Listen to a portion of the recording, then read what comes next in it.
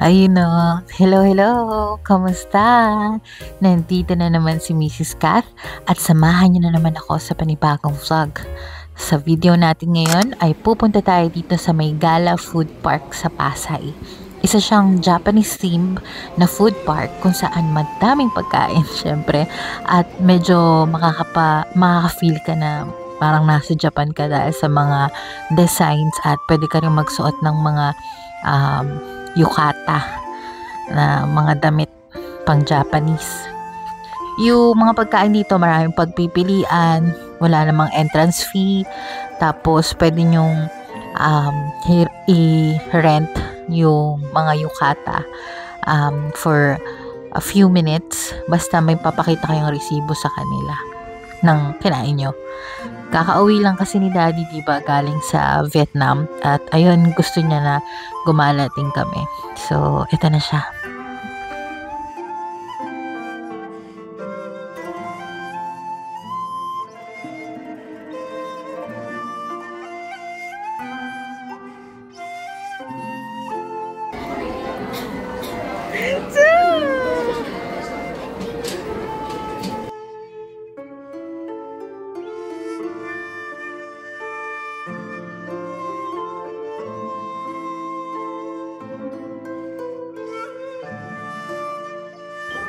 Nung pumunta kami, Saturday yan, medyo maraming tao. Pero makakaupo at makakaupo ka pa rin naman at makaka-order ka rin naman ng pagkain. Sakto lang din naman yung bilis nila sa pag-prepare ng pagkain, hindi naman sobrang tagal. Tsaka sobrang dami kasi talaga ng pagpipilian mo kung saan ka bibili. Ayan, nga pala, wala silang yukata for kids. Kaya, ayun, kung may mga anak kayong maliliit, hindi sila makakapagsuot, talagang for pre-teens at adults lang.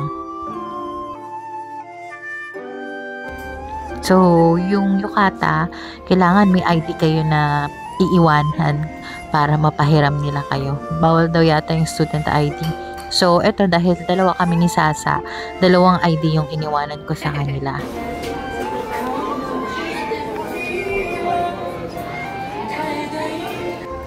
Maganda yung lugar actually at ma-feel mo talaga na Japanese theme siya kasi yung mga signages, ganyan. Even yung mga menu napaka-cute kasi mga parang anime drawing. Tapos ito marami kayong makikitang mga mga Ghibli inspired na mga display. At halos mga Japanese characters din. May mga Pokemon din, ganyan. Nakakatawa talaga yung itsura. Kung pupunta pala kayo dito, mas maganda kung may cash kayo kasi tumatanggap naman ng GCash yung mga establishments kaso parang may mga dead spot dun sa internet connection kung saan mabagal yung connection. At may free wifi din naman sila pero parang mas madali lang kasi talaga kung may dala-dala na kayong cash para hindi na kayo mahahassle sa pag-connect-connect, di ba? Halos lahat ng sulok ay pwede kang mag-picture at yung mga tao naman giving naman nagte-take turns naman sa pagpipicture at yun, di masyadong nagtatagal.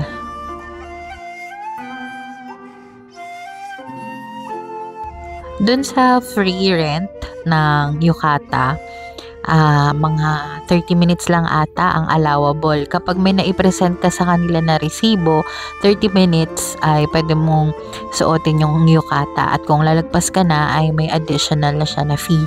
Kaya ang ginawa namin ay sinuot namin yung yukata tapos umikot-ikot na kami sa lahat ng lugar. At ayun, nakikita nyo ba si No Face? May mga pictures kami niyan. At eto, tignan nyo yung menu. Diba ang cute? Dinrawing. Anime na anime. Tapos yung mga signages, ganyan. Tapos eto, may kwarto dyan na pwede kayong umupo sa ilalim at para kayo talagang kumakain na mga Japanese. Yan, ang cute ng mga menu nila.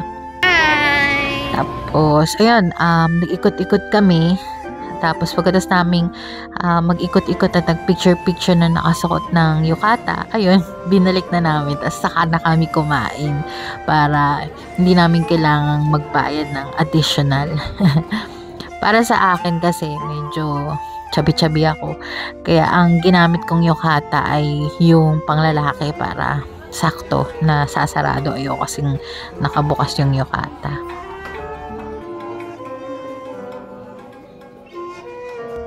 Meron pa silang binibuild daw under renovation na parang hindi ko alam kung Japanese theme din, pero sa rooftop sa 12th floor, yun. So siguro next time pag nakabalik kami dito ay mabibisita namin yun. Pero sa ngayon may mga spots pa dito sa food park na under renovation. Yun. Nakakakilig lang talagang makita tong paligid at excited na ako sa pagdating ng panahon na makakapunta kaming Japan. Kahit hindi ko pa alam kung kailan yun, pero claiming alam ko. Hi Totoro! Ang cute-cute.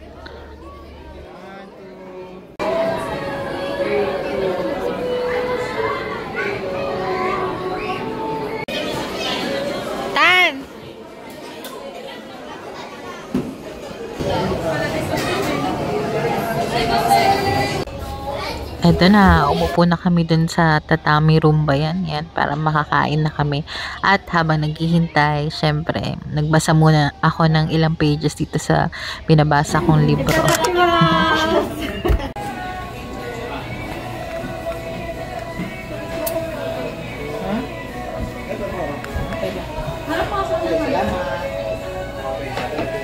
May ano ka pa? Spoon and fork? Salamat. That one's so cute.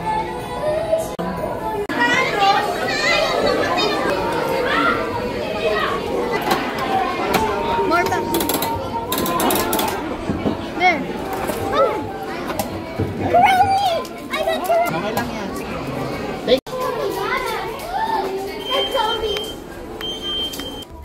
At ayun na nga ang aming mabilisan at biglaang food trip dito sa Gala Food Park sa Pasay. At pagkatapos niyan ay naglibot na rin kami sa mga ilang kalapit na lugar sa Manila.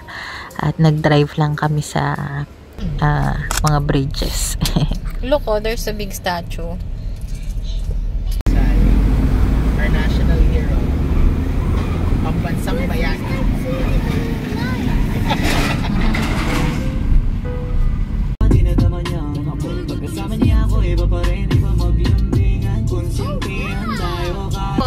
But it's a city hall. That is a teacher temple. Oh, look, oh, it's like the video. We're not gonna use song anymore. Ayan, so una naming dinaanan ay itong Jones Bridge. Hindi namin agad napansin na may parking pala dun sa baba, kaya hindi na kami nakalakad sa baba. Pero search na lang online sa Facebook, maganda dyan sa may gilid. May mga pwedeng pagpicturean din. At hindi namin pinapansin na katabi rin pala yun ng Chinatown.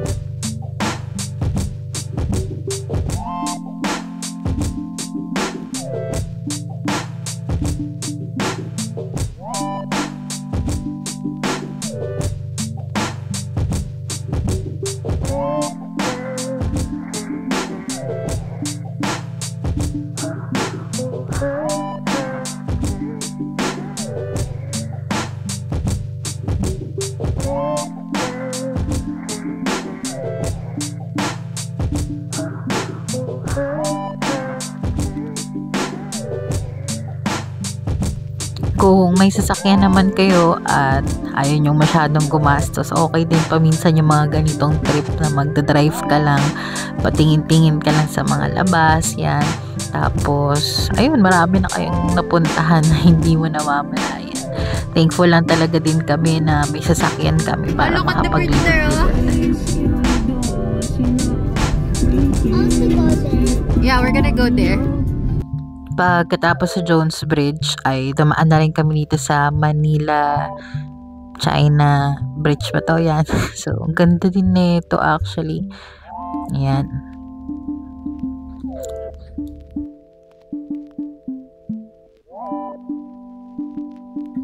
So, ayun. Sana nag-enjoy kayo at kita-kits sa next vlog. Frog cake.